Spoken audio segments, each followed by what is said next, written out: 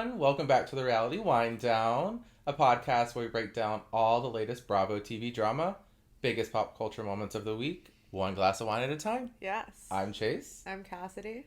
I'm excited to be back. I'm so excited. We had a week off. I've missed you. I was very sad. I just didn't know who to talk to for the entire week. No one else in my life wants to hear me talk about Housewives, Bravo. I mean, it's a good thing you have my number, so like we can text. Yeah, but my parents were like, it's Christmas, hang out with us. Yeah. I was like, what about the Housewives? That's true.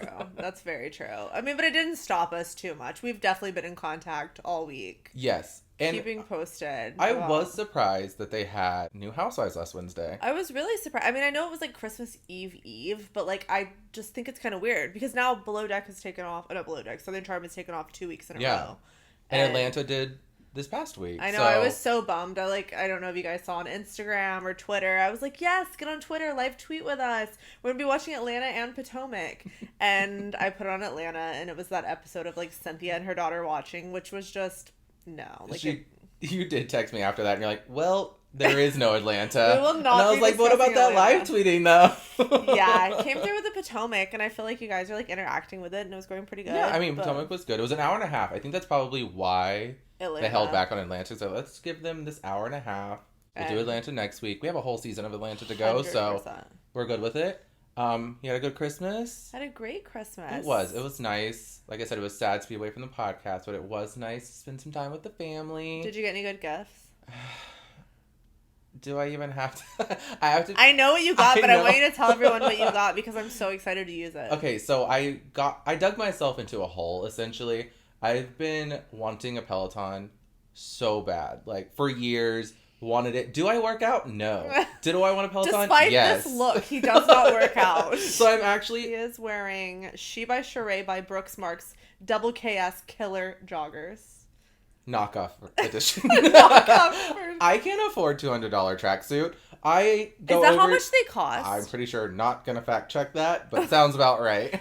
I did not know that's how expensive they were. Yes. Oh, shoot. So I had to wear my tracksuit in honor of Brooks Marks fashion show last week. Absolutely. As well as now I am a fitness gay. And fit gay. Like I said, I dug myself a hole because I've been begging for this Peloton. I got it. So now I have to prove to everyone in my life that I'm actually going to use it. Because everyone got this for me to be like, let's see if this bitch actually works out. Okay, like, I support you in your fitness journey, and I really want you to kill this. But I will buy it from you if you don't use it. Okay. At a discount. I will buy it at a discounted rate. If she sits in the corner and gets dusty after 2 months, I will take her off your hands. So, guys, I'm wearing my joggers. I'm going to be Pelotoning it up. She's going to be an athlete in 2021. 2021. Look out, Olympics. Athleisure, athletic, everything. They moved the Summer Olympics to 2021 so you could train appropriately. There you go. Catch me in the Tour de France. That's not the Olympics. I know. That's the only thing I know about cycling. Okay, it's all the cycling I know. Okay. Look out for her. But yes, it was a good Christmas. I'm excited to be back. Very excited. And we have bunch to talk about this week. A lot. We have a lot to catch up on. Yeah, so this was actually a quick overview of what we're going to go today before we get into Hot Topics in our game. Yes. We're going to do some Potomac, Reunion 3. Yes. We're going to do... We haven't talked about Below Deck before. Figured we would get into it. I mean, we always watch Below Deck, and we tweet about it, and we post about it, but we are actually going to talk about it tonight. Yeah, so we're excited about that. We're going to get into Southern Charm and Salt Lake City. So that's what we're in for this episode. Before we get into all that, we do have to do our hot takes, because how can we not? Absolutely. And I feel like a good way to start off hot takes is by saying our favorite housewife moment of the year. Our favorite Bravo moment of the year. Since we're wrapping up 2020, we're going into 2021 with love and light and positivity. What was our favorite? It can be a shady moment of 2020. It can be, what was your favorite Bravo moment in general? That is so hard. I mean, this year was a blur. Housewives was not. We did get Leah. That's the first person I thought of whenever you just said that. I was like, Leah throwing a martini glass when they were like on vacation. Yes. In like Rhode Island Tiki or something. Torches. She chugs it, throws it. It was just hilarious. Tiki torches. Oh my God. Tiki torches were iconic. The dildo in the chicken. The dildo in the chicken. How could I forget the dildo in the chicken? How could you forget that? Though I actually am going to say that for now. I'll probably throughout the episode be like, wait, this. I have another moment. Yeah. No, I would definitely say Salt Lake City coming into our lives. I think it's been such a good addition to the Housewife franchises, and I'm loving it. And every week, that's the thing. It's fun, and it's like bringing us back to our Housewife roots that like with New York always gave us. Like it's like drama and something new every week. It's not harping on one thing all season. Like Salt Lake City has kept it moving, and it's been so much fun. And I hate to say this, like I feel like Housewives lately a little bit, maybe just with Potomac. Potomac was a pretty intense season. Yeah, it was a good season, but it was definitely intense. Yeah, it was good, but it was just intense. I kind of just want some more laughter. We want more dildos fun. in the chicken. Yes, like I love the shady moments. Oh my god, yes, but like I love funny shade. I love like, I'm witty shade. It sometimes gets dark. Do you think Salt Lake City could give us like anal beads in the beef or something? Like we could have a moment, like bring it back, make not it in fun. the beef, not in the roast beef. Like I could see that happening on there though. Yeah. It's like giving me kind of New York vibes. Like I'm into it. So Salt Lake City for me, Leah for you. But like you say, we'll probably have more dildo in the chicken. More dildos in the chicken. But other hot takes this week. Last night after the Potomac finale, Monique gets on Instagram Live and she quit. She quit Potomac. Surprised. Yeah. I think she had a rough... She didn't have a rough season. I think they were coming after her this season. No, I think it's fair to say she had a rough season. Yeah, but I don't want to be like, oh, she did something... I mean, I guess it was a wild season, so I guess it could go either way. I mean, she dragged Candace. Yeah. So she did do like a little something. That was a little rough. Not defending Candace, not defending Monique. But I feel like I wasn't surprised that she quit, that she's decided to move on, because there's been a lot around it with her family this year. But don't you think she should maybe come back at least for one more season to air her side? Because you know they're going to drag her more next season, and she doesn't have a voice. Very a la Lisa Vanderpump, where she walked away and was like, I'm done with this, I'm done with this. And then the season after she left was all like, oh, I'm so surprised. Well, you Lisa's can no longer paint sniper your from own the narrative. side, all of that stuff, and she had no way to say her own side or her own narrative, like you said. So I think Monique should have waited at least one more season to come back and be like, here I am. Here's my comeback But I'm season. not even sure if it's really going to carry over into next season, because I saw tonight Candace posted kind of a cryptic Instagram message along the lines of like moving on to bigger and better things. She didn't quit officially, but it kind of alluded to it. So I think she's moving on to bigger and better things because Monique left. You think? You think that's so. What it is? Yeah. Because I'm just thinking in my mind, if Candace were to quit and move on as well, and then Monique's gone, why would we even talk about it next year? Girl, Candace needs that check. She just bought a new house. Remember? With none of Dorothy's money. I also saw some very shady thing that someone dug up on Twitter, and I'm not giving names or facts. I don't know. I'm not saying this is 100% true. But did you dream this? No, this happened. I read this, that someone had like made like a donation and signed something on the papers for their house. And someone said like, that's a very expensive plant. Allegedly. I'm not saying this is true. Allegedly, once again. But I don't know if they did it all on their own. That's all I'm saying.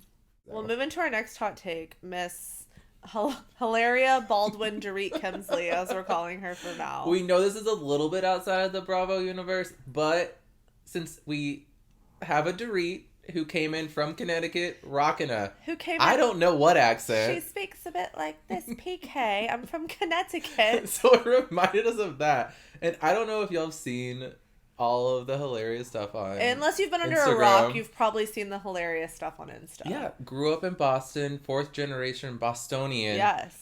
Is claiming she was from Spain, has a Spanish accent. Did you see the one where she said she didn't know what a cucumber was? How do you say cucumber? It gave me like Nigella Lawson saying microwave.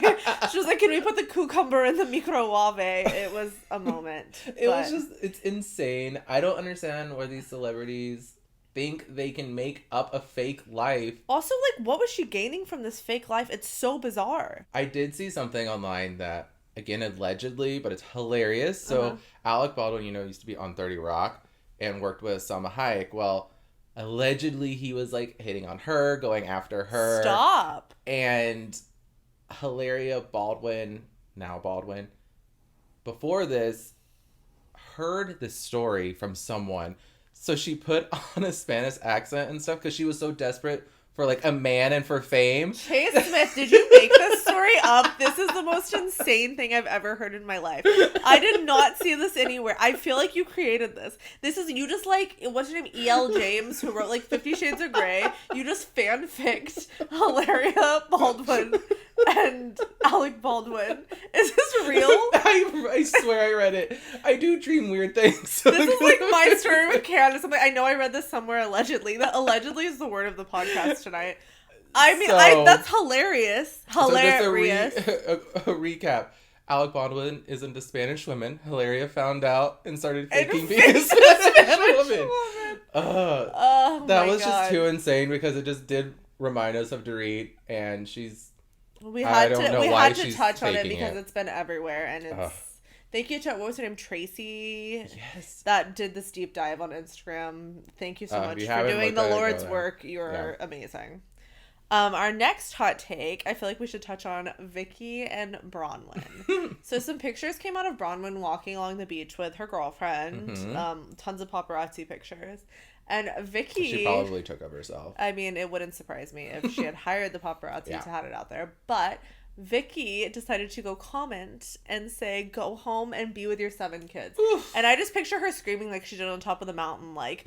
Go home and be with your 7 kids. Like, probably. You know, can you just see her at yelling her phone, it? she was yelling at it. I mean, also, like, A, mind your damn business, Vicky. It's really, like, whatever. B, why would you comment it on, like, a public forum so everyone can see? Because Vicky still wants to be in the spotlight. Let's just be She's real just there. So thirsty. Yeah, and Vicky probably sees Bronwyn as the girl that kicked her off the show, essentially. Yeah, that's true. Because Bronwyn came in, Vicky was out. And Vicky did say, get off my show. Yeah. Stop. And because she used to make the comments like, oh, you need to stop kissing women on it whenever she was kissing Tamara. Yeah, which is so problematic. Disgusting. For so many reasons. But now that she's come out, especially, it's like, Vicky, leave her alone. Like, leave her alone.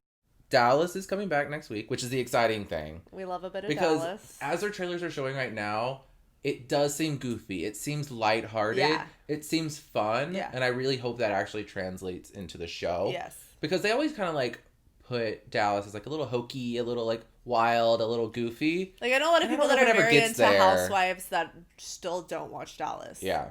Which is crazy because people always sleep on Dallas and Potomac, and like Potomac is like amazing. Way higher. So. But we love Dallas still. So I'm like, if you're watching Housewives, you should be watching Dallas. So that comes on next week. And on that topic, one of the new castmates, actually friend of, Jennifer Davis, posted today on Instagram, like, pray for Deandra. She has COVID. She's on a ventilator. And ICU. And then deleted it. Yeah. So but a few Bravo accounts, like, screenshotted it and were sharing it. Yeah, that's how we saw it. Was just, like, circulated through Instagram. And it's weird. It's like, is she okay? Is she not? Obviously, prayers to her. Like, once again, this is allegedly that this is happening. We don't know. We just saw this on Instagram. She posted and deleted. I mean, if she is in ICU, we're sending Deandra all of our good thoughts. It's just as we're talking about like people being, you know, traveling, all this stuff. It's like this is the year of COVID, and we're seeing it in all the housewives. It's like on screen, off screen, like. This shit's real. Yeah. And like, so, and it's not going away, stepping into 2020 immediately. So everyone needs to realize that we are closer. Whew, I'm not a doctor. I'm waiting for Wendy to slide in and say, I am. Well, speaking of that. Oh, actually, no, wait. We're not going to Potomac yet. We're going to have a game. Of course we do. Chase always tries to pass up the game. No, it stresses me out. He tries to slide on past it. Do you want to explain our game this week? Yes. So we have a game called 5 Questions. So I have a few housewives on my notepad. Okay. You have a few housewives on your notepad that our producer has written down. And you get to ask 5 questions. Okay. And it's yes or no answers. Ooh, okay. So you can't say, like, what is their sister's name? Okay. You can say, like, is she blonde? Is she in this city? So you have 5 questions. Okay. And we're just starting off, like just first question, go. Okay. You can ask whatever question you want. Okay. And you get 1 round. If you still don't have it, you get 6 questions. Okay. So do you want to go, or I'll guess first? Yes, you guess first. Okay. Does she have brown hair? No. But I feel like it could be brown. Okay. But like brown hair and like I tried to do that because like every housewife is like blonde, at least from certain cities. I was trying to like I would say no, dirty her hair blonde, is not brown. Is that a question? Is it Dirty No. Blonde? Is that okay? No. Don't count that. Okay. I would say it's brown. Okay. Yeah. Okay. We'll go with that. Has she been on the show for a long time? Yes. Is she from Beverly Hills? No. That's 3. Got 2 more. 3. Okay, 2 more. Is she from New York? No. Ooh. 1 more. 1 more. Okay, guys, I'm thinking. Is she a woman? Is she married? Yes. Oh, shit. That's 5. That's 5, so I have to guess now. Karen Huger. That's a good guess, but Oh. no, Kenya Moore. Oh, okay. But is her hair brown or black? I had a hard time with that. I think it like okay, kind of see, like I was like, whenever you said you weren't sure, I was thinking like in between blonde and brown. So I thought of Karen because she went from brown hair to blonde hair. Right. Not off to a great start, but hey. Okay. Is she on a franchise that's airing right now? No. Good question. Is she a business owner? Hard to say. Previously. Previously. I'll explain that later and it will make sense, but previously. Is she... Oh, so no. Sorry. Is she in Orange County? No. Oh, shit. That was a bad question because it's No, airing right now. that's No! 3. That's 3. No, she's not from Orange County. Is she in Beverly Hills? Yes. Oh. That's 4. 4, so you have 1 more question. Does she have a sister? No. Oh my god. Okay. Now I have to think really hard. So she's in Beverly Hills and she doesn't have a sister. Because I was like thinking Kyle, but I know it's obviously not Kyle now. I'm going to go with... Oh my god, this is so much harder than I thought. Our producer wanted to give us 10 questions. Yeah. And we were like, that's going to be so easy. Yeah. That's 5. Never mind, regret this. I am going to guess Dorit. No. Lisa Rinna. See, this she is why is it's such hard. a business owner. She owns those dusters. That's true. Because I was thinking of Delilah Bell, her store. You remember how she used to have like Delilah like for 20 years? No, she had Bell Gray. Yeah. Bell Gray, that's what it was. It was her daughter's So name. I guess she is a business She's owner. a business so I owner because apologize. she has dusters. This is a cheat already. Okay, let's go. You're next. I'm gonna try. Is she a mom? Yes. Is she known as a villain? No. Is she It would be iconic really if you rich? guessed the answer right now. Yeah, she's rich. Okay. Is she from the East Coast? Yes. Ooh. I have 1 more question, I think. Yes. Is she blonde? No. Is it Bethany Frankel? No. Oh. It's Jill Zarin. Jill Zarin, oh my god! I know, it's Does she so own hard. a rug company? Does she? I was like, because she's rich for sure, right? Yeah. Oh, yeah. And now she has a mask you know, company. like, some people, like, Housewives, especially of late, like, they'll come on and they're not really, like, rich, you know? Well, I love an Zarin old Fabrics. School... No, she's rich. She's like... taken it and done all the masks now, and they're making, like, bank. Also, like, Zarin rugs. Like, apparently those are actually really good rugs. Yeah. Your turn. Yes. Does she have a song? No. God. Is she blonde? No. Is she from the East Coast? No. Oof. 2 more. Is she a villain? No. Oh One more question. Is she currently on a cast? Yes. I mean, That's hard because there's a lot right now. like, I am just going to take a random dive and say Portia.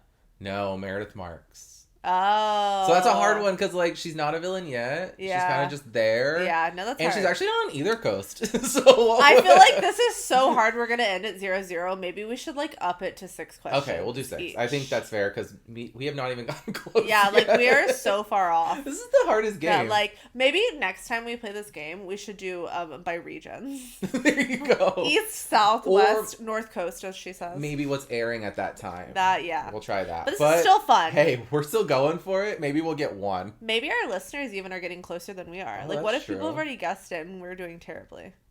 Oh, well then let us know because we're not doing great. Okay, your turn. It's like the question. Okay, it's hard. Okay. Has this housewife been to jail? No.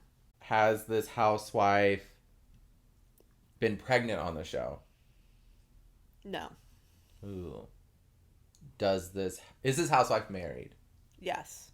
Is this housewife, I'm still one of your questions, is the housewife on a current show airing? No. Ooh. Is it one more? Yeah, one more. Ooh. This is stressful. Oh my gosh. Ooh. Ha. Is she known for her fashion? No. Ooh, God. And you do get one round with an extra question. If you I want get to use it now. one more extra. Oh, only one round we get that? Yeah. I'll just do one more. Love the confidence. Has she had a vow renewal? No.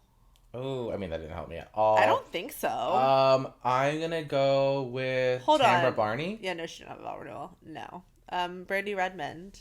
Oh! I was like... Two redheads in a row! I know. I was like, did she have a vow renewal? But no, they had when they adopted Bruin. They had like a whole party. That's what that was. Yeah. Okay. So that 6th question did a lot for me. That's... Okay. Is this housewife an OG? Yes. Okay. Pretty close. No, Sorry. girl, it's either a yes or a no. Is she an OG from season 1? No. Okay. Is she blonde? Yes. Is she from New York? No. Okay, she's blonde. Is she on a current show? Like that's airing right now? No.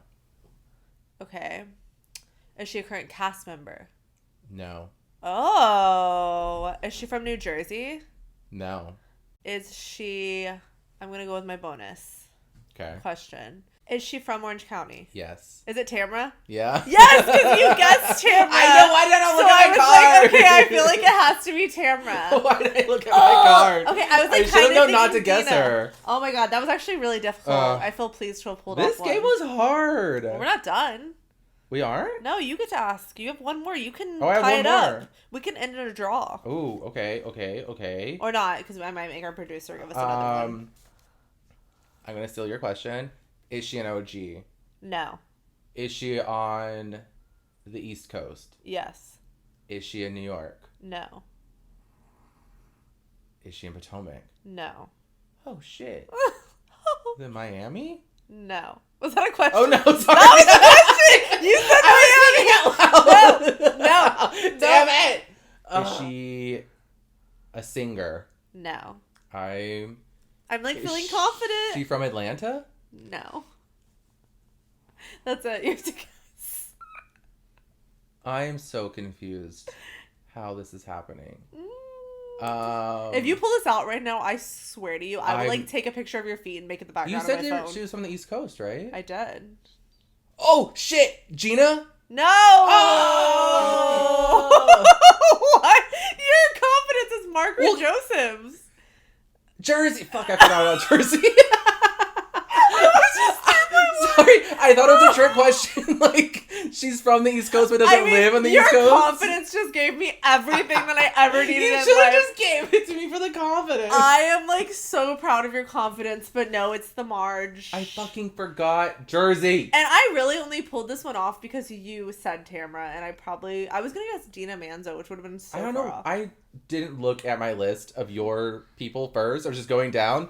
So I don't know why the hell I would have guessed Tamra. But that was a hard game. That was super fun. I mean, that was really difficult. I do think next time we need, like...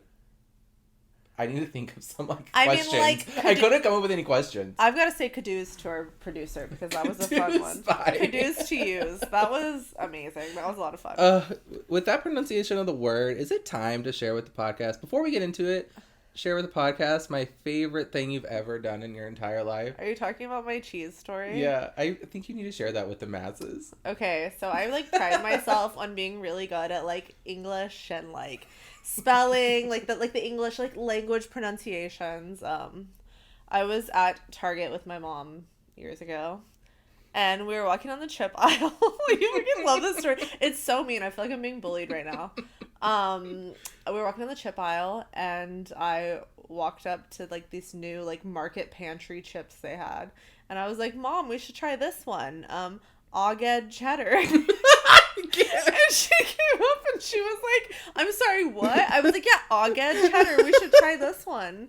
She was like, do you mean aged cheddar? So no one in my life will let me live down my pronunciation of August cheddar. So it's literally the first thanks time I heard for flipping the script on me Sorry. for this one. Once I heard Kados, I was like, we have to expand on this. You're like, Cassidy, you also have a Ramona-ism, so don't even come for her caduce. It's so good. It's my favorite story. Like, I have tears in my eyes because it's just taking me back to the first time I heard it. I mean, it is good. I would roast you if it was is so roles were reversed. good. I mean, it was at Target, so, you never know. She fancy. She was fancy. She said the Aged. Are you ready to now go into Potomac? Yes, I mean, after that story, I think it's time to get into Aged story.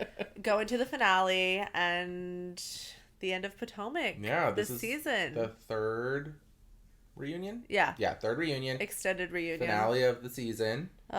I mean, it starts off where we left off last week, where Candace gets up and walks away crying that she can't take the lies and everything that's being said, and she's just so upset, crying in the back. I don't think she stopped crying the rest of the episode. I don't think Candace ever stops crying. No, she puts that napkin to work. I That's mean, for she sure. has to drink so much water to be able to produce the amount of tears that come out of her. I mean, she's got to be dehydrated constantly. No wonder she's so thirsty. And we can't even say they're crocodile tears because you see them streaming down her face. Streaming.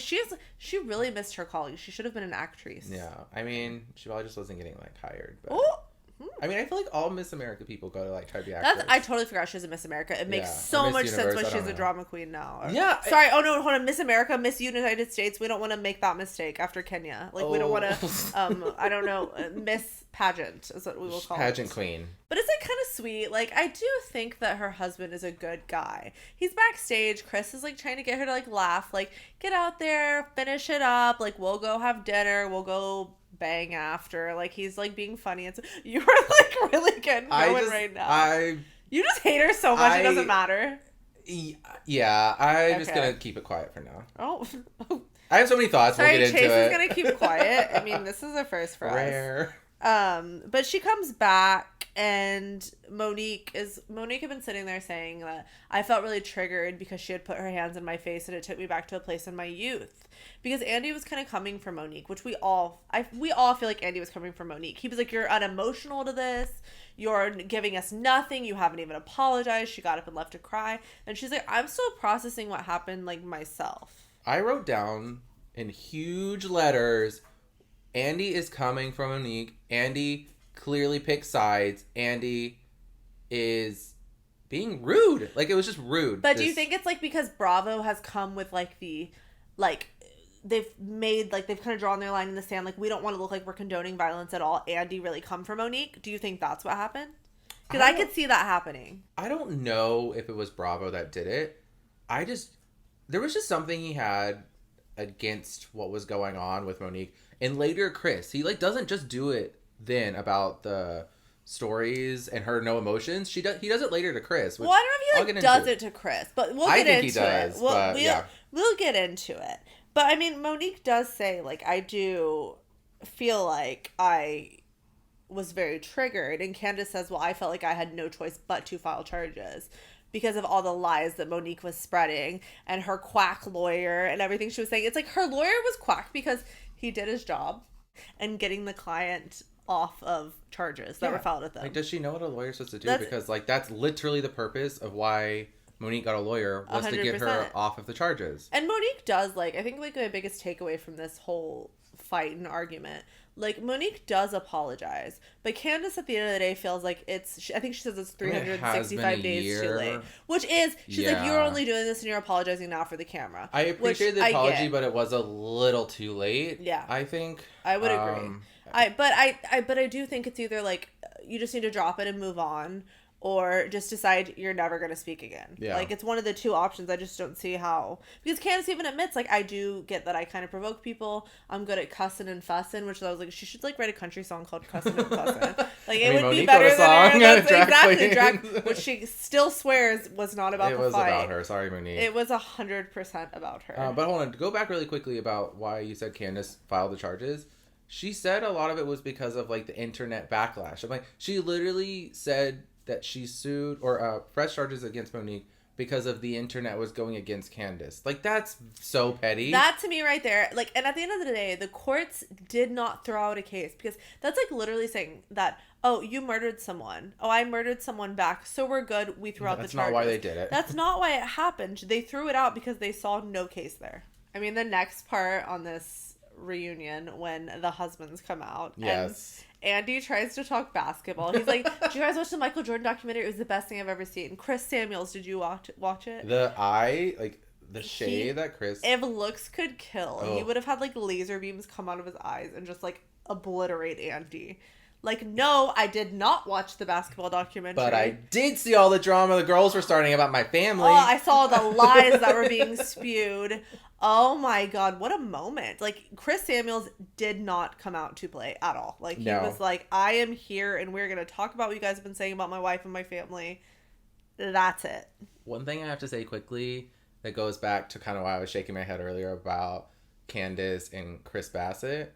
It always makes me really uncomfortable when the guys came out on stage, he was like being overtly sexual to her and being like, we're going to bang and blah, blah, blah. And I was like, anytime people do that, like, in public or, like, just a lot, which I think he does a lot, I'm just like, is your relationship really that secure? Yeah. No, I do. I don't like that either. And it's kind of funny because I can see why he did it. I was thinking that, but then they show a clip of, like, the past reunion, and she was like, oh, the sex is, like, fine. So I see why he's doing it, because he wants everyone to, like, think like or know how good our sex is. We've come back, we're doing this. I mean, she did say at one point that he had a brown penis. It was so random. And it was like, we don't need to hear about your anatomy and the intimate details of your sex life. Like, I don't care who you are. I don't want to hear about Ray's dick all season. But another reason why I say that about, like, Candace and Chris is because they kind of, like, throw shade at Chris Samuels making that joke about Monique. And I was like, they were just being funny. Like, can't people just be funny? Like, it just annoyed me. No, it's a lot. But they started, Andy doesn't just dive in talking about the stuff with Chris and Monique. He's talking to all the husbands. And by the way, Eddie is so hot. Like, I feel like we haven't talked about how good looking Eddie is. Like, he is, like, always dressed to the nines. Mm-hmm. He is, like, impeccable. His style, he's gorgeous. I even wrote a little note. I was like, I'm so sad that Eddie's not close with his family because I just feel so bad for him. And he is so sweet. I just want to give him a hug. He's so sweet. He almost, we love Eddie. It's an Eddie Stan account. Yeah. But even Andy brings up to Ray, he's like, you know, how are you and Karen doing after, you know, everything with this season? And he was just kind of like, you know, we are different than we were 25 years ago, which I felt was, like, really hurtful because he was like, do you regret anything that you said about how much you love Karen? He's like, what is a different type of love? I love her. I literally wrote Karen plus Ray in a heart and, like, teared up. I was like, I'm obsessed with him. He went out front. He was playing Evermore and carved into his tree, Karen plus Ray. Don't walk outside my front yard, Cassidy. You're going to see it. Don't see it. And then they asked Giselle, you know, where's Jamal? And she says, of course, he's off working, teaching, whatever. But living in that phone. I mean, they mentioned also that she has a security guard behind her. And it was at Bravo by Gays had my favorite comment. They said, why did Giselle spend money on security and not a stylist? That was, like, my favorite line. I was like, oh, why did I not think of that? It's hilarious. So good. And also, I kind of was, like, laughing because she brought that bodyguard there because Chris had gone onto IG Live and did say some really shitty things, which he apologized for, but and still shitty. A transphobic comment that was, which is very inappropriate. Inexcusable. And just a few aggressive things towards women or even men, like, you just shouldn't say. Above, which he apologized, but that's why she brought that security guard. And I was, like, looking at that security guard, and I was looking at Chris. I was like, that security guard ain't gonna do shit on Chris. Like, if Chris pops off right now, good luck, security guard. There was even, like, one zoom in shot, and the security guard was, like, darting his eyes, like, away. I was like, either he's surveying the crowd, or he's worried. I'm not getting paid enough to go against that guy. Like, I'll tell you that much for free. And not for Giselle. Not for Giselle. But this was where also was saying Andy was being rude again to Chris because Chris clearly had a mission to come on because he felt that behind the scenes, which I didn't think was so behind the scenes, that they were creating a storyline about Monique cheating and that their youngest child, which I hate even talking about children. What, baby Chase? Me? I do love that we talk about Chase. That's a big drama. Baby Chase, it's me. I love the attention. Is that he is not Chris's son. That is, and we actually got some footage. Yes, that's what I'm saying. Like, Andy was telling him, that wasn't on the show, that wasn't on the show. Why do you keep bringing it up? But you filmed it. And that's why I think that Monique was more concerned. Like, this could have been on the show at some point, because this was a storyline that was somewhat filmed. This is my theory. Okay. My theory is that was going to be Giselle's storyline for the season. Mm-hmm. She was going to bring Monique down. She was bringing that on the show. She was going to out it about the cheating, about the child, everything. We even see the footage of them filming it. But the fight happened. It derailed everything. That's smart. So Monique doesn't know what's going to be aired. When they're in the middle of filming, she doesn't know what's going to be aired. All she knows is that they have filmed a scene that talked about this. And defense mode. And the fact that Andy doesn't give him that credit... Yeah. It pissed me off. Because I'm sorry, it pissed me off. I totally agree with that, because there's even a scene with Chris filming and Giselle's there and he says, "Oh, Giselle, did you see the baby? He looks just like me, doesn't he?" Yeah. And she's like, "Well, why wouldn't he? Why wouldn't he?" Already knowing the rumors that she's been spreading about Monique and the trainer. Because I don't think there's any truth to it. I don't think you think there's any truth to it. But it's like, Andy can't be so dismissive about him coming and wanting to, like, clear that, because that's in the blogs. That was even filmed. It's everywhere. Yeah. And Giselle clearly was the one peddling that rumor. Well, and that's why Giselle got so defensive, too. Giselle was like, whenever Chris, like, goes to say, like, I am sorry for the comment I made to you, she's like, don't even talk to me. Like, so nasty. I mean, Giselle did not come out of this reunion looking good. Giselle brought nothing at the reunion. This third one, she didn't talk really at all. She gave absolutely nothing the entire reunion. So I don't know what her storyline, if it's going to be Jamal the whole time next season, I'm not into it. It's very boring for me. I don't care about it. I don't think anyone cared about it. Yeah. So I just don't. I just couldn't stop thinking about, like, I just really think Andy had it out for them. I think that's valid. I don't know why. I think my only thing with it is I think Bravo said, we need you to really take a stance against violence, and Andy is kind of the soldier for that on the front lines. Yeah, that's fair. I thought it was interesting throughout this entire reunion, I have to say, we did not once discuss the cast trip. The cast trip. Oh my God, you're right. The entire set was like Portland. Just kidding. The entire set is Madeira, Portugal, and we do not even discuss it for 2 seconds, which is crazy. And I saw that Ashley Darby made a comment on Twitter and said, at the end of the reunion, Andy looked up at all of us and said, "We didn't even get to the trip." Which is crazy. I guess the fight, that's what I'm telling you, the fight changed the trajectory of the season, which naturally changed the trajectory, I can't say that word that many times, of the reunion. Trajectory. Sorry, I never said I could talk well. Never claimed to have that skill. But yeah, so incredible season. Mm-hmm. I just ended it on a sour note for me, and that's also kind of what I was thinking. I was like, I hope Dallas, Salt Lake brings a little bit more of a airy tone and a little bit funnier tone, because it ended so dark. Well, I think it was even one of the points that was made whenever Karen was talking, because they said, "What did you mean whenever you made the comment about you don't want to know what Juan says whenever he's been drinking?" And they didn't pry into this at all, really. Her response was just like, everyone's families have been torn down enough. I don't want to talk about it.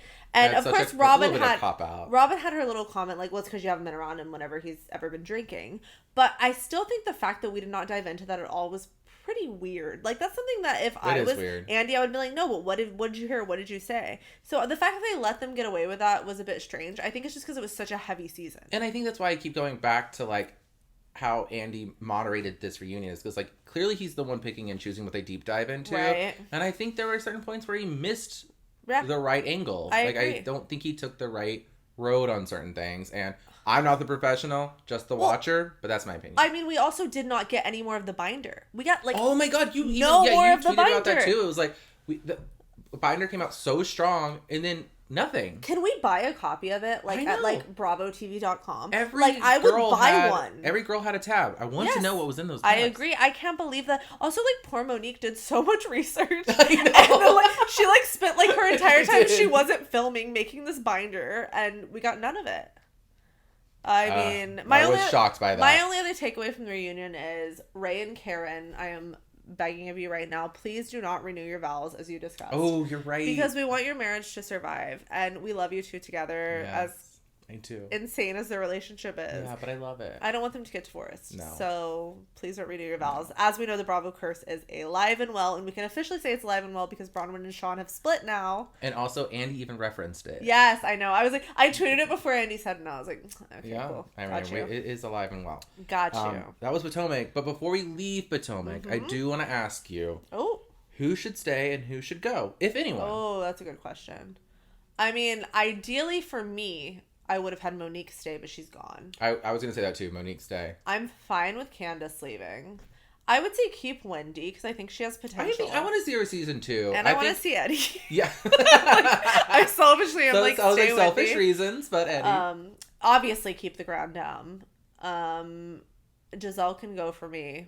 Honestly, Robin can go for me. It's so hard because, like, that's what I keep kind of thinking too. Who are they replaced But with? who are they replaced with? And the thing is, Giselle used to serve her purpose. I think this season it was a little lacking, but Giselle, being the pot stirrer, does move stories along. Sometimes a little annoyingly. But I think Ashley Darby is the pot stirrer that keeps it moving. Girl lets things roll off her back. Yeah.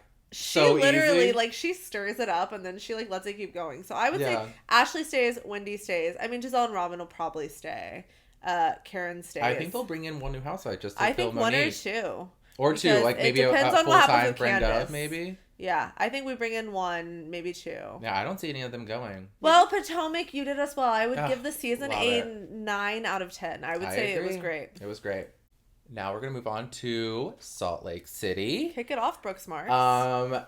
If you're watching us on YouTube, you can see what I was talking about earlier. I'm wearing my knockoff Brooks Marks. Double K. Honestly, looks just like it. Fraction of the cost. And we may or may not been told that his jumpers. Oh my god, am I British now? I was about to say, okay, Brit. His joggers are $90, not $200.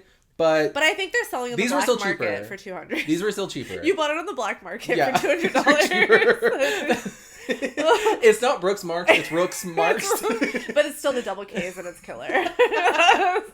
So speaking of that, that's what we jump right into off the top of the episode. Well, we're at Park City Fashion Week. We're back there. And I do love that Meredith says, like, she has to be there to build her brand, and it's why she's got to stay in Salt Lake. And in her confessional, she says, quite frankly, I just don't want to live in Ohio. I'm like, girl, and I was like, fine. Feel you on that. I mean, that's fine.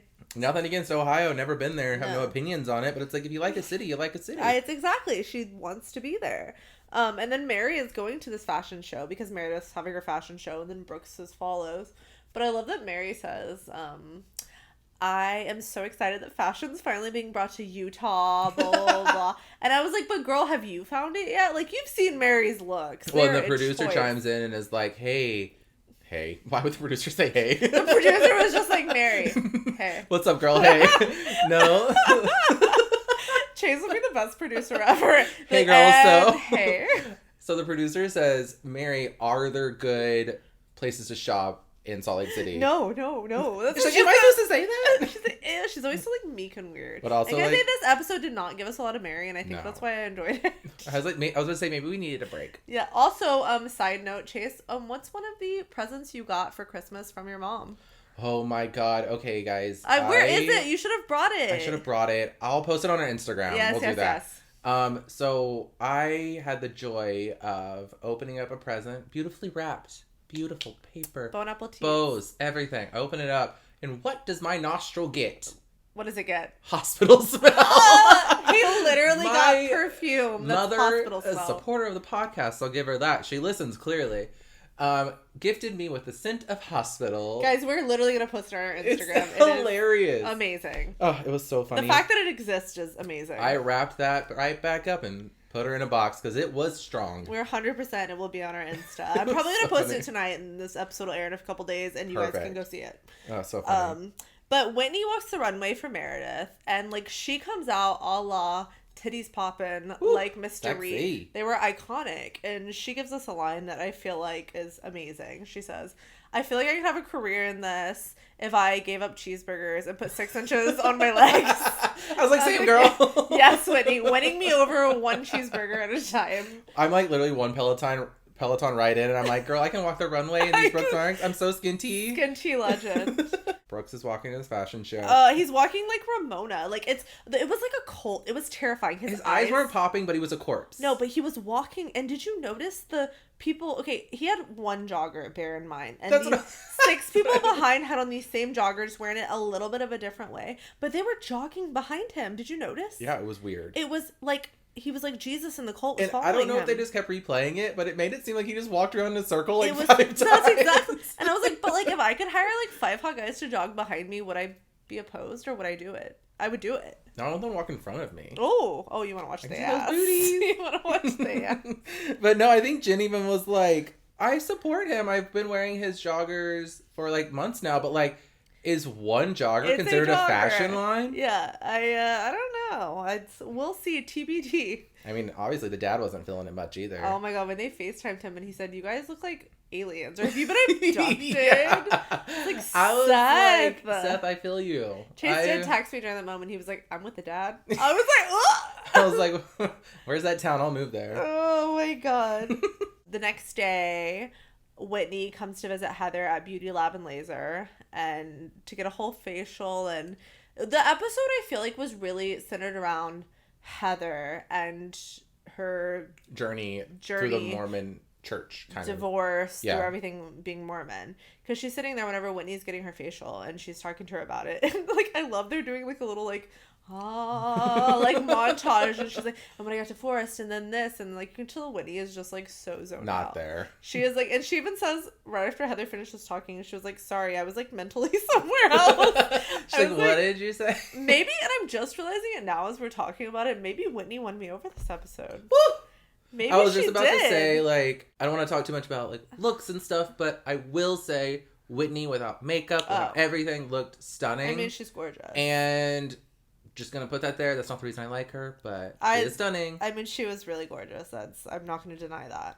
And right after we see that, we see Whitney with Daddy Steve again. Yes. They're going to a bounce house, and it just shows Whitney's heart. But I do feel like I have to touch on this really, really quickly.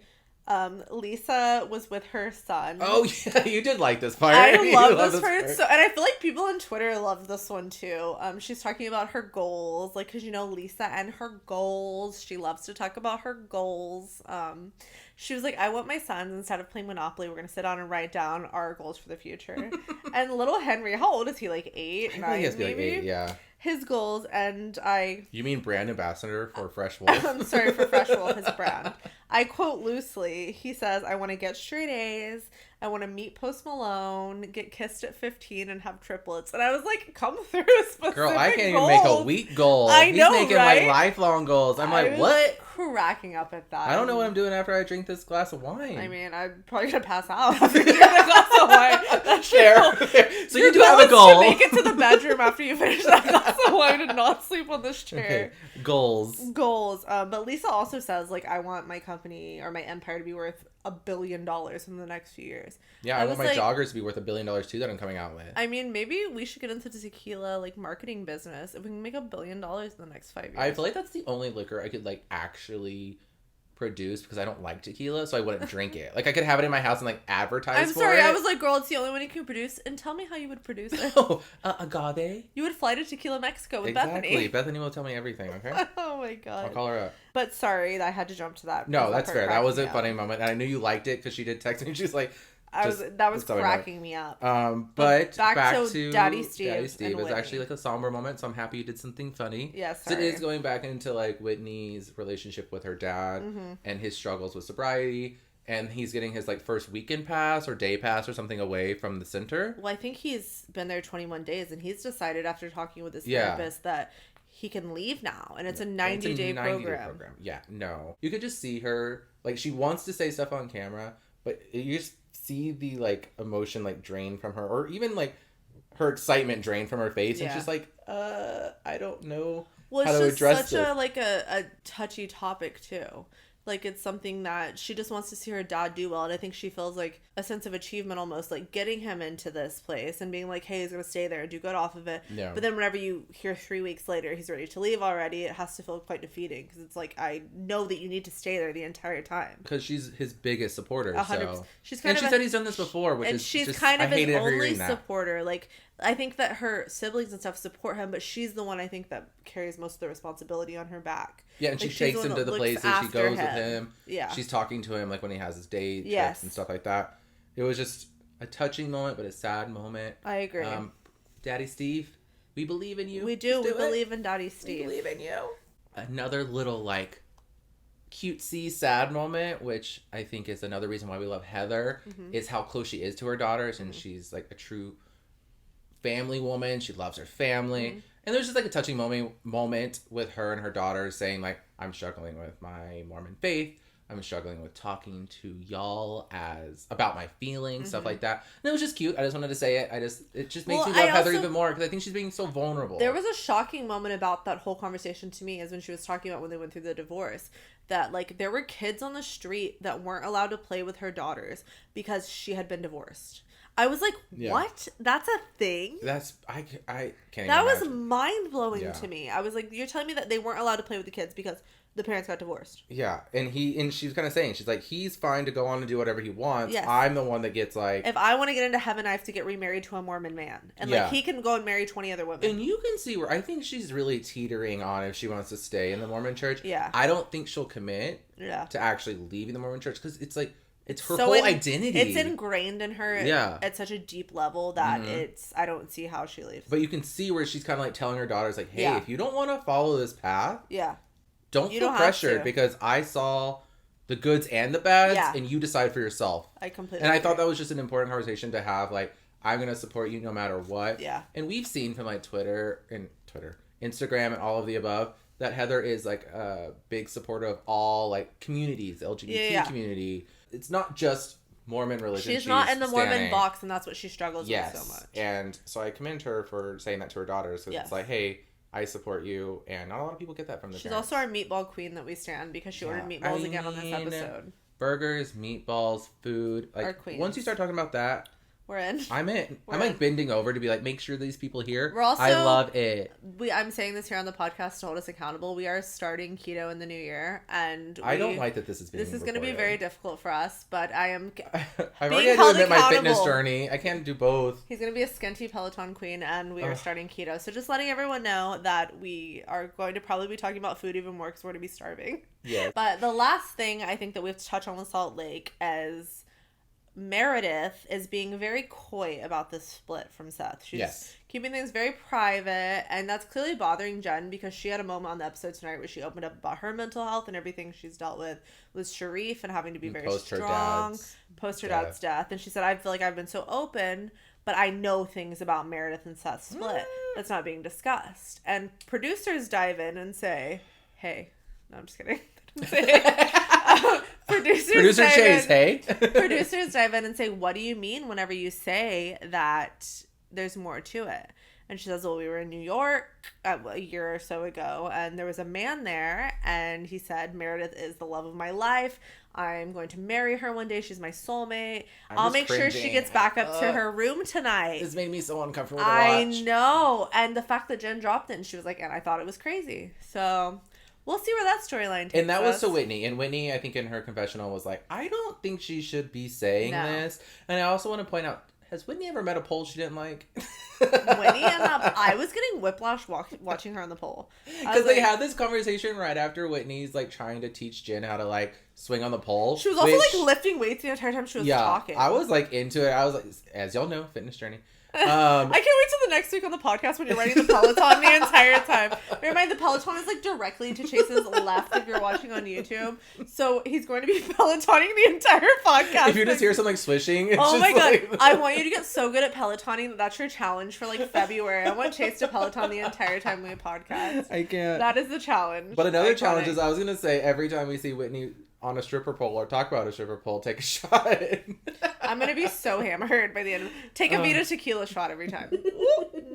But that was Salt Lake for the week. That was Salt Lake. Should we head down south to Charleston? We will. Bye, buddy. Ba-ba-doo-doo-doo.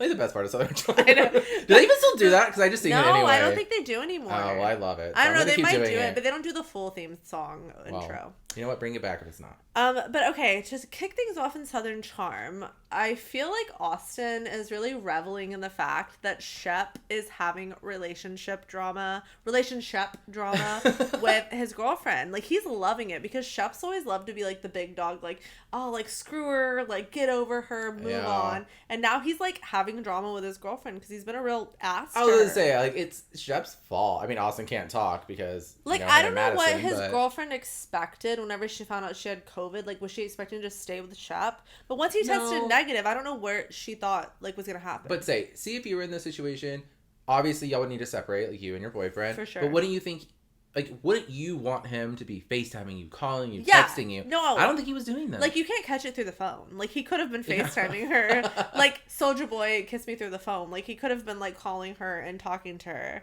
But Soulja Boy, excuse me, ma'am. Do you what not did you remember just that say? song? No, I do, but what baby, you know that I miss you. I want to get with you. Okay, well, back to Southern Charm. So baby, kiss me through the phone. Anyways, Austin is really happy about this drama that they're having, but he still cannot get over Madison. He is very upset. He's like, I have just been working so hard. I finally get to go to the shop and buy my beer. I was about to say, he finally got his beer in a can. Sir, like, shout out to RHOP, but you literally have taken so damn long to get to this point. And I understand it's not an easy process. But, like, I feel like these guys always have such an excuse. It's like, he can't say that COVID was the reason that everything was backed up with RHOP for the last, like, 3 years. Because hasn't it been 3 seasons of RHOP? That's my point. Yeah. I just feel like these guys on Southern Charm, I don't know what it is about it, but they all always have an excuse or a reason for something. They really are. Like, even Austin was eating fruit snacks when the episode opened, and he was like, sorry, I gotta finish my fruit snacks. I was like, it's literally like 8-year-olds. He's probably, that's the only fruit I get in my diet. Like, not that I'm like, okay, also, I don't know why you're attacking me right now. That is also the only fruit I get in my diet. Sorry, I'm helping you. So 2021, it used to eat like shit. Day one of diet, okay? I'm like literally know everything. You had Taco Bell 2 hours ago. There's fruits in that. I can't. But yeah, I just feel like they really always have excuses. But we move on to Pat. She's having Madison over. You know my thoughts about this, Cassidy. I know your thought about Miss. I say it a lot. I don't hate Miss Patricia.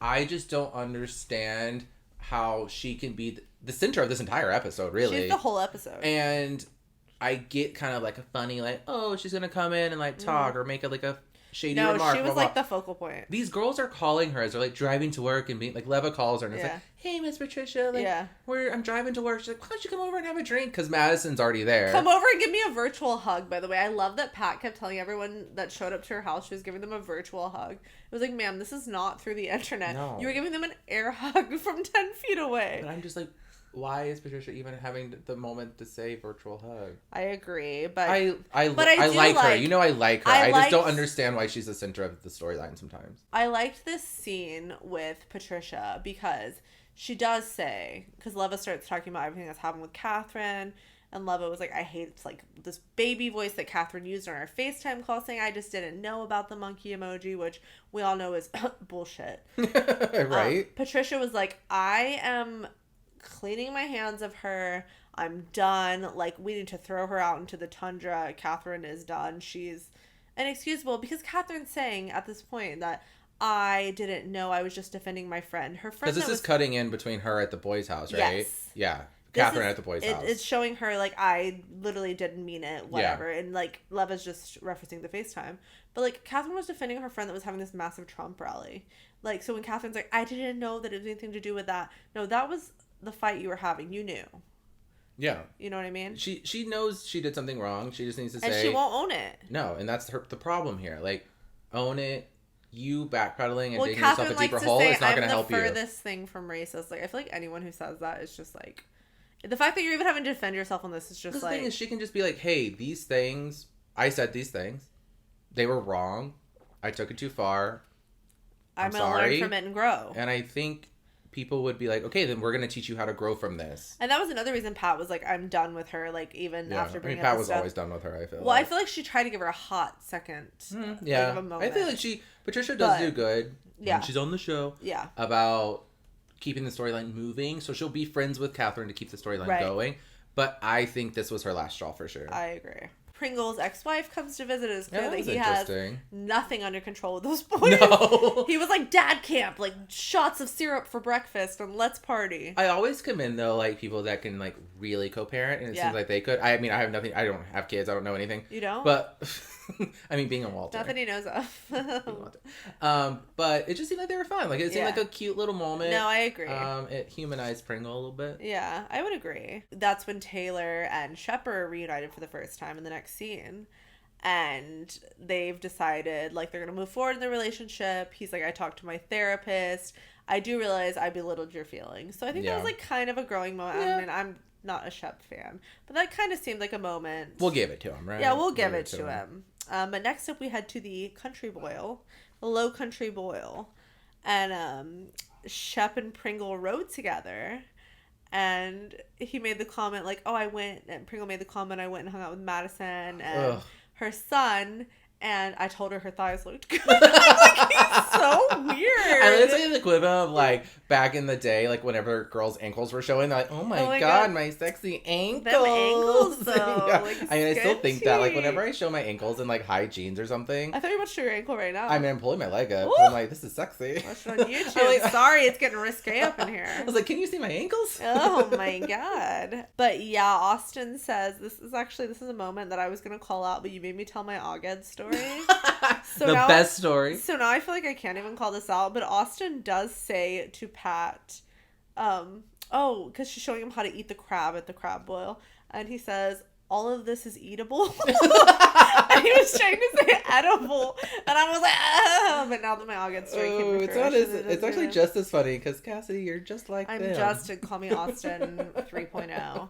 I'll never compare you to Austin. That would never happen. But also Craig asked Pat, he says, Miss Pat, do you know anyone who's died of COVID or had any, like, COVID complications? Like, because you're a little bit older. Well, no, not because you're older, but, like, we all knew what he was referencing. Yeah. And her response was a straight up, like, boom roasted. Like, you guys are the only ones I know that have had COVID because y'all have been, like, so careless in going out. So I was like, she ain't wrong there. She came right and those back are the things with where it. it's like, I do enjoy Patricia because she can roast and she can throw shade. She's a worldly woman, and she knows. Like, she knows it. I think Austin did throw something shady back at her, though, because she always makes fun of his beer, and she was talking to Austin about if he loved Madison, and, like, does she love him, blah, blah, and Austin was like, I don't know if she knows love, because she's only married for, like, money. True. I was like, damn! That was very true, but also, Miss Pat, whenever I totally skipped this a little bit earlier, whenever she went up to the bar, and she said, because they had a bartender in the backyard at the crab boil, and said, can I get a beer? And the bartender says, we have Trop Pop. And she said, no, anything but that. So she gave him the red stripe, and she was like, I'm going to pour it into a wine glass so no one knows what I'm drinking. Yeah, it's Pat and Austin against each other, throwing shade back and forth. Even on social media, like the whole, like, Austin's, like, Bud Light compared to, what was it? No, it's Madison deserves Budweiser, and he's no Budweiser. Yeah, there you go. And I was like... Amazing. Yeah, it was funny. But Austin talks to Pringle and says Madison is completely off limits. And he decides, okay, like, it's fine, hug it out. Austin and Pringle are going to be cool now. But I don't think Pringle's really done, because he says in his interview, like, we're 43 talking about guy code. Yeah. I'm gonna do what I want. Gonna do what I want to do, essentially. I mean, at the end of the episode, Craig goes and meets up with Madison. And Austin has no idea they're meeting up. And just kind of says, like, if you really love him, let him go. And Madison was like, but I do love him. And Craig says, is he the one you see, like, standing at the end of the aisle? And she says no. So I kind of think she has a full circle moment there. Like, okay, I'm probably going to try to let Austin go. I think the scene was necessary, but it was just rich coming from Craig. Because didn't we see Craig being hung up on Naomi for seasons? Years and years. And it's so funny. He's like, you need to let him go. Let him move on. He need to decide what he's doing. It did seem a bit rich coming from Craig. Yeah, it was just hilarious coming from Craig. No, I agree. Would I still fuck? Yes. Oh! Man, Craig, not Austin. You really came out of no. Don't lie, you would both. But yeah, anyways, I say that Madison looks like she is going to move on, but next week's episode looks like it is going to be an intense all-on blowout with Austin and Madison. It looks exciting. At the birthday party she was going to throw for him. Yeah, I'm excited for it. I'm excited too. Yeah. I know we haven't really talked much about Below Deck, but me and you both watch it, and I know how much we enjoy it, and I know a lot of Bravo enjoys it, as it is the highest rated shows on Bravo. Yeah, I mean, it's on all the time. Okay, that's... We like, do I sometimes love think Below Deck, so I don't like knocking it at all, but it is on Bravo 24/7. So we did just want to do, like, a quick, like, what are you thinking from this season? Who are your favorite players? What's going on? Not our players, you athlete. Players. Sorry, I'm just such a sportsman person. She's such a sports now. I'm a sportsman now. She's sports. Yeah. But can I just say that Rachel, the chef on Below Deck, is insane, chaotic, love her to death. Chef's kiss. Like, literally. Mwah. At first I thought you said chef's kiss. Oh, like, no ma'am. Chef's kiss. Miss Rachel, come through, Cooter. Like, she is giving us everything that we could ever ask for this season. She is wild. I actually saw a few weeks ago on Watch What Happens Live, Captain Lee was asked, like, between Ben and Rachel, who would you have as your chef? And I was, like, shook. This was, like, before we saw when she walked off the boat and everything. He said Rachel. And I was like, everyone loves Ben, obviously, but, like, that's how good her freaking food looks. Captain Lee even said on tonight's episode that she's the best chef he's had in 35 years of yachting. He was like, she might be the most talented I've ever worked. And I think that's genuinely true. I mean, her food looks ridiculous. It does. And if y'all have been watching, you saw last episode where she did a complete freak out. Meltdown. It said, suck my dick. Her cooter. Ma'am, not her dick. A meltdown. Remember she did say suck my dick to Captain Lee? Probably. Well, I don't think it was to him, but it was like to the charter guest. I think it was the cooter burned in my brain. It was just a lot. And she leaves the boat, but comes back. And these guests this episode were the nicest. They literally just wanted to be there. The food, everything she put down, they're like, this is the best thing I've ever had in my entire life. They were raving about it. The guest even leaves and cries at the end. He's like, I loved Rachel so much. I feel like you said it best. Like, we thought that they were going to be, like, the most high maintenance of the entire season. I mean, not the gays. Like, we thought they were going to be so unbearable. And they ended up being, like, the loveliest people of all time. Great. Like, he even pronounced Louis Vuitton Louis Vuitton. And I was like, yes, ma'am, come through. Yeah, you love that. You even reminded her, like, is that what he said? Did he say Louis Vuitton? What do you think about the new guy, Rob? I think that Rob... like, hot. Looks hot during the season until I saw that Pegasus tattoo. It's a no for me. But that's the other new guy. No, that's Rob. Oh God, am I? Oh, James. Sorry. Oh my God, I'm sorry. I'm getting mixed up. James isn't new. They're both hot. Sorry. James isn't new. He's been on since episode 1. I meant like new for the season, but I got it mixed up. I love that you literally just said, as an avid Below Deck watcher. No, the other new guy. Sorry, I'm just watching hot guys and I get them mixed up. He's giving us his like fantasy list of all the guys on Bravo he wants to smash. This episode is heavy. I mean, are you red in the cheeks? Are you okay? Oh my God, he's flustered. Oof. He's coming. I mean, now I'm thinking of the 2 men. Because I don't want them to hear this podcast and not know that I don't know their names. You love them. He's so coy. But no, I like Rob. I think he seems good at his job. I like James. You know, I like an accent. I think I'd pick James over. I would pick James. Yeah, he's hotter. Yeah, I did too. And I'm kind of. But Rob would be a better boyfriend. He seems like. Well, you're getting deep. I'm not looking for boyfriends over here. I already got one of those. Speaking of, I love that Elizabeth on like this episode especially. She's like, I feel like, you know, James is being so great to me, and I feel like we might have a connection. And let's be real here, James is not looking for anything serious. No. Like he like wants to hook up. Like I feel like he understands the yachty life. Like you're on this boat for a couple of weeks, not the couple yachty months. life. See, I am an avid Below Deck watcher. The yachty life, because he's like, I'm just gonna have like a boat hookup, move on to my next boat, live my life. And she's like, I'm spiritual. I have connection. 100%. And I'm like, whatever. Back to our guests really quick. They left a $25,000 tip. I mean, that's like the biggest of the season. A season high, yeah. And we literally thought they were going to be the worst. So the biggest was and they were the nicest people ever. They literally did a 10-course tasting meal and then went to sleep. Yeah, I mean, that is not us. What do you think about Francesca? Because she is the one that replaced Kate. And we love Kate. We know that. I think everyone loves Kate. I genuinely do not think that Francesca will be back for another season. I think she's a season oneer. Yeah. Yeah, I think it's like she's kind of a disappointment. I could see like why they brought her on, thinking she was going to give like some type of it. But she just doesn't give enough. Like, Kate, we loved her because she could be a bitch, but she also had, like, her witty, people funny still comment. liked her. She was so sarcastic. Yeah. Like, people love Kate. Like, she's on the new Bravo chat room show for a reason. Yeah. Francesca's just not doing it for me. I think it's just Francesca takes her job too seriously. Like, she truly wants to be a good chief stew. And that's important. Like, Kate did too. Yeah. But she also had a light air about her, and she was fun and a little bitchy. And it was just perfect mix. Yeah. I think she did it great. Francesca is good for being in the industry and doing her job, but she's not good for below deck. Yeah. And just to round it out real quick, we ended this current episode with Rachel getting drunk and being fucking psycho. She was sitting with, like, another table. Like, as she, like, I think she hooked up with another couple. I don't know what the hell was going on there. I don't know what was going on. Like, I think that we're going through this spiral of Rachel personally, but she is so good professionally that it's so much fun to watch. And I don't even, like, it's not even like I like seeing her spiral down. I just love... She's just so funny when she's drunk because she's just cussing everybody out. Oh, yeah. Like you said, she's walking to other tables. Absolutely. She's like, what the hell are you guys doing? I'm having fun. And then the very end of the episode, we get kind of like a cutback of James and Elizabeth like being romantic, making out in the hot tub. And then we see Rachel in the kitchen eating a bagel and she's like, that's a real good fucking bagel. She's like, oh, the bagel. Oh, it's a hit. And then the other couple's like, oh my God, like, let's hook up. She's like, bagel, bitch. Like, it's like expectation whenever you're drunk to be in like the hot tub with your man. Reality, smashing a bagel. Yeah, and I think if you've listened to this podcast enough, you can be as crazy, as sweet, as whatever, as long as you're into food, we're good. I will fuck with you. We love you.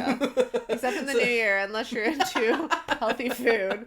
Guys, I'm really happy for y'all to go on this journey with us about how we do, because this is going to be difficult for us. We're actually being serious. We're trying to, get a little healthier this year. I know New Year's resolutions are so like, whatever, because it's like a new year. Everyone does them. But like, you know what? It is nice to refresh. Get 2020 off of us. Girl, you're invested in a Peloton now. That's you are true. in. I am in, and you're along this journey. We're doing it together. We're doing it. We have some journeys we're going on. We got this podcast we're going to keep going with in 2020. We love it. We got this fitness journey we're doing.